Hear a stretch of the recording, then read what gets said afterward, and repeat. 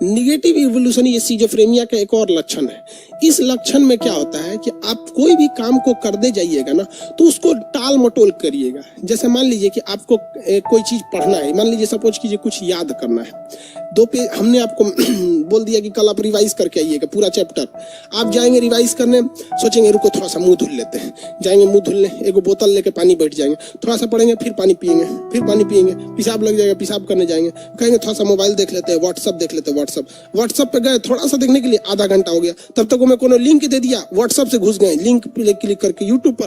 अब यूट्यूब पे सर्च करेंगे, आपका दिमाग कहेगा अरे यार छोड़ना इसको, आप कहेंगे अरे थोड़ा सा और, फिर दिमाग कहेगा यार पढ़ना है, टाइम नहीं है, अरे थोड़ा सा और, तो फेसबुक पे कोई नोटिफिकेशन आ जाएगा, इस पे चल जाए। ऐसे करते करते करते करते आप अपने टाइम बहुत ज्यादा लॉस कर देंगे। और आपके दिमाग का एक हिस्सा है जो डेली आपको बोलता है यार तुम गलत करते हो। फिर आपका दूसरा दिमाग कहेगा कि नहीं एक काम करेंगे, कल टाइम टेबल बनाएंगे, हमको कैसे कैसे करना है। और वो टाइम टेबल आप बनाएंगे और 2 दिन से ज्यादा फॉलो नहीं होगा, क्योंकि आपका एक दिमाग सिजोफ्रेनिया के हिसाब से ग्रस्त हो चुका है और आप इसे नहीं कर पाएंगे। और आज हिंदुस्तान बर्बाद हुआ है केवल और केवल सिजोफ्रेनिया से। और हमारे देश का जो ये आपका शिक्षा मंत्रालय है या फिर जो स्वास्थ्य मंत्रालय है, इनको कोई मतलब नहीं बनता है कि स्टूडेंट्स किस समस्या से पीड़ित हो रहा है। और टीचर भी इसको एज ए टॉपिक पढ़ा के चले जाते हैं। ये एज ए टॉपिक नहीं है बाबू, ये आपके लिए एक एटम बम है, आपकी जिंदगी को बर्बाद कर रहा है। इसमें से किसी ना किसी को लेके आप कहीं ना कहीं जूझ रहे हैं। इसमें अगर देखिए समझ रहे हैं कि नहीं आ रहा है जी, इसमें क्या बोल रहे सर जी, जो भूत खेलते आ रहे यार ये सब बीमारी है। निगेटिव इवोल्यूशन बहुत होता है। आई हैव निगेटिव इवोल्यूशन, चलिए जाके इलाज करा लो। निगेटिव इवोल्यूशन में थोड़ा सा में सही हो जाता है। निगेटिव इवोल्यूशन में आप किसी भी काम को नहीं कर पाते हैं। जैसे निगेटिव इवोल्यूशन का एक और एग्जांपल देते हैं। आज से 2 या 4 साल पहले आप दिन में 8 घंटे पढ़ लेते होंगे, 6 घंटे पढ़ लेते होंगे बहुत बेहतरीन ढंग से, लेकिन आज आप उतना नहीं पढ़ के उससे कम पढ़ ले रहे हैं। ये हो जाता है। एक आदमी थे यूट्यूब पे वीडियो बनाते थे, हम उसको बताएंगे नहीं, हालांकि बहुत अच्छे थे वो, 8-10 मिलियन उनके सब्सक्राइबर हैं। तो यूट्यूब वालों को अपने से थोड़ा सा जान पहचान रहता है, तो हमसे फोन किए, कहें जानते हैं खान सर हमको एक प्रॉब्लम है। पहले हम दिन में 4-4 वीडियो अपलोड कर लेते थे और ड्यूटी भी कर लेते थे, सब कुछ। आज लॉकडाउन में कोई काम नहीं है, लेकिन बमुश्किल हम 2 दिन में 1 वीडियो अपलोड कर पाते हैं। हम कहें कि काम ज्यादा करते हो, कहे सर कोई काम नहीं करते हैं, लेटते हैं तो तकिया को 3 बार मोड़ लेते हैं ऐसे, और सोचते सोचते दिन निकल जाता है कि ये करना है, ऐसे करना है, बर्बाद कर देंगे, आगे जाके ये करेंगे, ये वो दुनिया भर काम के। भैया आप चुपचाप इलाज करा लो, आपको क्या है निगेटिव इवोल्यूशन है। 2 महीना दवा खाया सही हो गया, अब धड़ाधड़ बना रहा हूँ। कभी किसी व्यक्ति अगर आपको अपना समझ के कोई पर्सनल बात बताए ना, तो उसे किसी और से बताइएगा नहीं। ये लड़कों से कह रहे हैं, लड़कियों से कोई फर्क नहीं पड़ता है वहां पे। लड़की से अगर कुछ कह दीजिएगा ना कि सुनो ये बात जरूरी है, किसी से बताना नहीं, वो पूरे मोहल्ले को बता देगी। और उससे भी यही कहेगी कि किसी से बताना नहीं। पूरे एरिया की लड़कियों को पता चल जाएगा कि क्या बात है और क्या, और सबको साथ ये भी रहेगा कि किसी को बताना नहीं, किसी को नहीं बताना है, किसी को नहीं बताना, सबको बता, किसी से बताना नहीं, किसी से बताना नहीं। इसलिए लड़कियां अगर किसी बात को छिपा लेंगी, ये इस दुनिया का 8वां अजूबा हो जाएगा। निगेटिव इवोल्यूशन समझ में आ रहा है?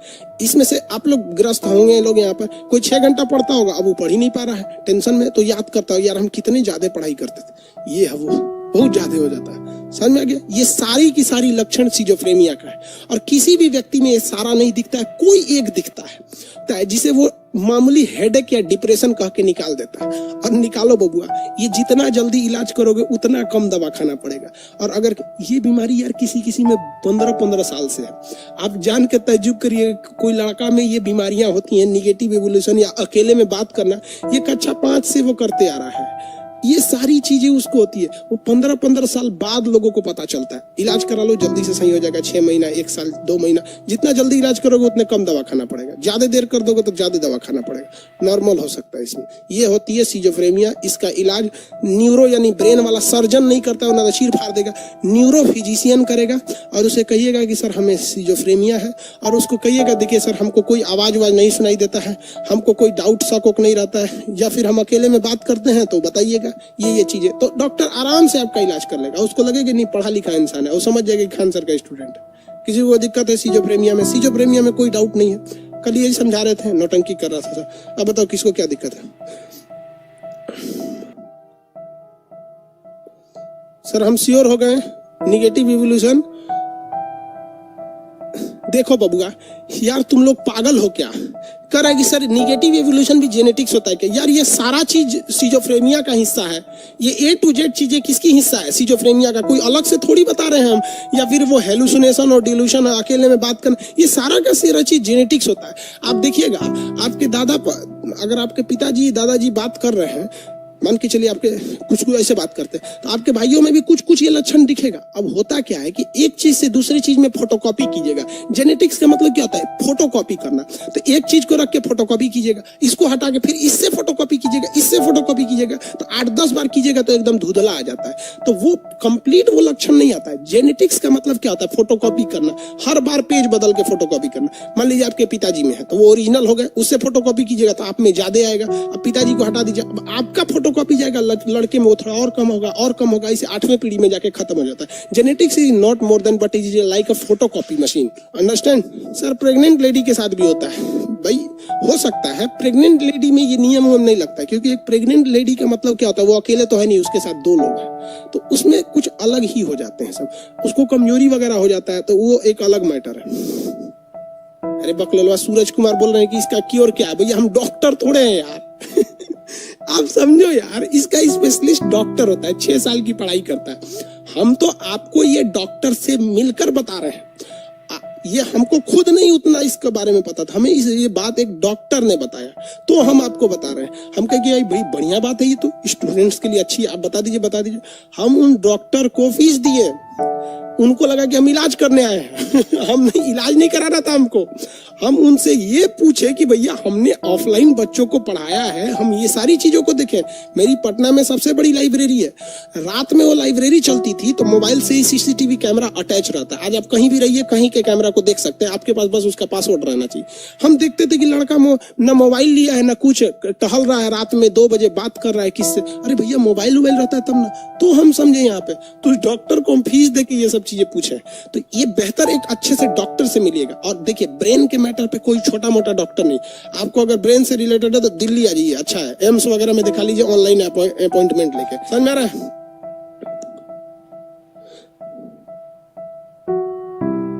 किस विभाग के डॉक्टर से कंसल्ट करेंगे? अरे कहीं का वो डॉक्टर जो ना डिलीवरी कराता होगा ना, उससे कंसल्ट कर लेना, कहना कि सिजोफ्रेनिया हो गया। पूछता किस डॉक्टर से?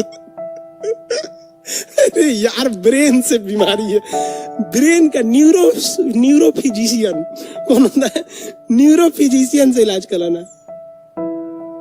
छोटे बच्चों को देखिएगा, उनमें RBC ज्यादा होता है, हमेशा इधर उधर छटकते रहते हैं सर। हम लोग में हमेशा अजीब टाइप का देता है, देहात में बोलते हैं एकदम दहिया भरिया रहा है, हमारा वो भरिया रहा है। बकलवा जाके RBC चेक कराओ, हीमोग्लोबिन घट गया घटा होगा, तो हीमोग्लोबिन बढ़ाने के लिए डॉक्टर ना एक आयरन की गोली दे देता है, देखेंगे कैप्सूल टाइप का रहता है, आयरन की गोली खाइए 10 दिन, एकदम बढ़िया से टनटना जाइएगा। तो ये आपके अंदर हीमोग्लोबिन, याद रखिए, अगर आप मेल है तो 14 ग्राम होना चाहिए और फीमेल है तो 13 ग्राम। अगर ये नहीं है तो आप स्टूडेंट लाइफ आपका बर्बाद करेगा, एकदम याद रखिए, क्योंकि आप में ना एकदम बदन गिरा गिरा रहेगा।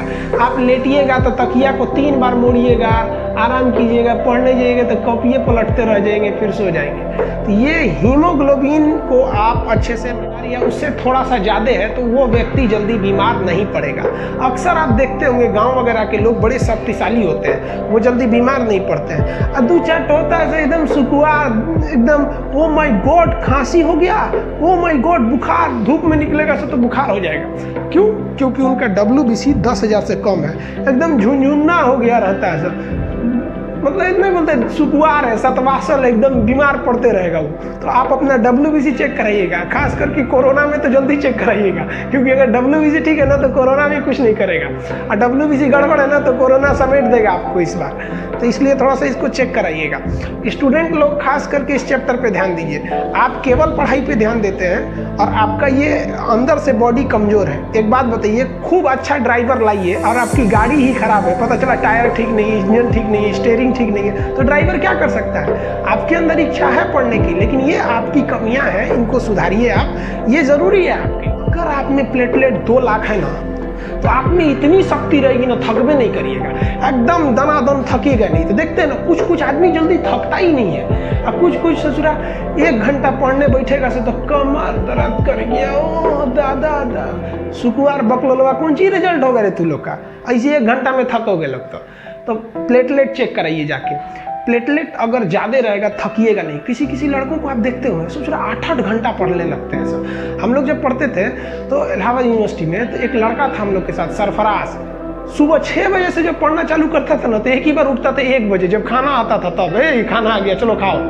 इतना पढ़ने में वो, मतलब उसके अंदर स्टेमिना थी। तो हम लोग यही सोचते थे ससुरा ये पढ़ता कैसे इतना ज़्यादा। तो आप लोग भी अपना प्लेटलेट चेक कराइएगा। अगर प्लेटलेट कम है तो पढ़ने के लिए इच्छा तो करेगी, लेकिन ज़्यादा देर टिक नहीं पाइएगा। और ससुरा अगर हीमोग्लोबिन कम है तो इच्छा नहीं करेगा। तो देखिए, ये ससुरा कमवा स्टार्ट करा देता है और ये देर तक कराए रखता है। तो सब जरूरी है, इसलिए डॉक्टर के पास जाइए, इत्मीनान से अपना प्लेटलेट चेक कीजिए 2 लाख है कि नहीं, WBC 10,000 है या नहीं, हीमोग्लोबिन लड़का है तो 14, लड़की है तो 13 है या नहीं। और अगर नहीं है तो डॉक्टर इसके लिए अच्छा बताएगा। हीमोग्लोबिन को बढ़ाने घटाने के लिए अपने से मत कीजिएगा, वरना रिस्की हो जाता है।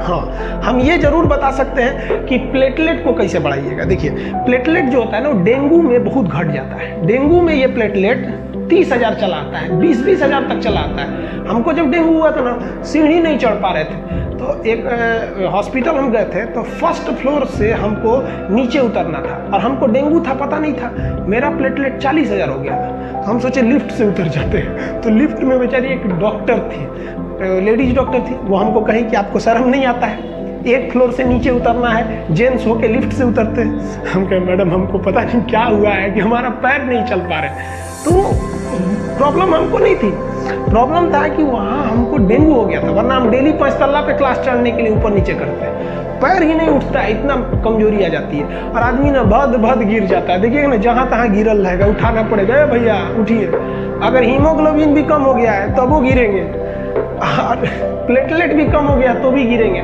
तो ये बहुत खराब होता है। इसको कैसे बचाया जाता है, डेंगू से कैसे बचिएगा? तो देखिए, एक गिलोई और एलोवेरा, ये बाबा रामदेव के दुकान पे मिलेगा, लिक्विड होता है, 1-1 कप 3 टाइम पीते रहिए। तो गिलोई और एलोवेरा।